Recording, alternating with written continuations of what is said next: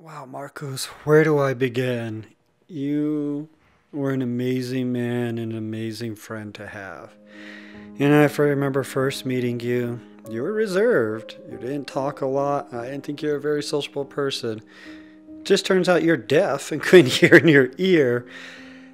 But man, once people finally got to know you, you were one of the funniest, big hearted people I have ever known in my life. What always used to impress me with you and Brian when you guys did Mi Voz was the passion that you guys had for the kids. Um, you guys were always there for them. You guys always went above and beyond for them, Marcos. Those kids are never going to forget the knowledge you gave them and the opportunity that you gave them they may never have had a chance to. What was more impressive when it came to you was I always saw you had your mom's heart for community. Your dad is an amazing person in this community. He had a different approach, and you have that approach with him too, and how to work with kids and how to work with families. But you had your mom's heart when it came to being a part of a community and building a stronger community. It was very passionate in you, especially the last 4 or 5 years. I just saw you grow in it, and I saw how your eyes would light up. You were absolutely an amazing father to all your kids, your girls and your son. They are so lucky to have you, and they have a great foundation in who to be when they grow up based on what they learned from you.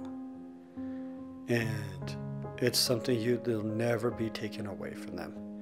You are always going to be in their hearts. You're going to be in all our hearts, brother. We're going to miss you greatly. You are absolutely an amazing human being. God had a plan for you, brother, and I don't know what else to say. I'm going to start crying if I keep going, but Marcos, you're going to be greatly missed. I mean, it is hard to say just exactly the impact you had on so many people's lives. And I don't think sometimes you realized it, but you had such an impact.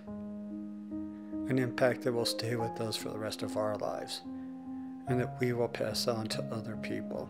Brother, God bless you, and I'm going to love you always. I met Marcos when I was between 12 and 14. Met him through my parents, who both at the time worked with YDI. I believe our first project together was Day at the Ditch, and then that would be followed by Day the World Ended. Both of them, I portrayed his dad, Chris Baca, and Marcos, from what I could remember, just was really intrigued by his dad's stories growing up in Albuquerque, and wanted to honor him in a way doing that, and create something that us kids could really get involved in as far as filmmaking. Marcos saw the benefit of the film industry in Albuquerque and New Mexico, way before it ever took off. He envisioned it becoming a big thing, so I've known him since, probably about middle school. I continued on going to learn documentary filmmaking with Marcos into high school.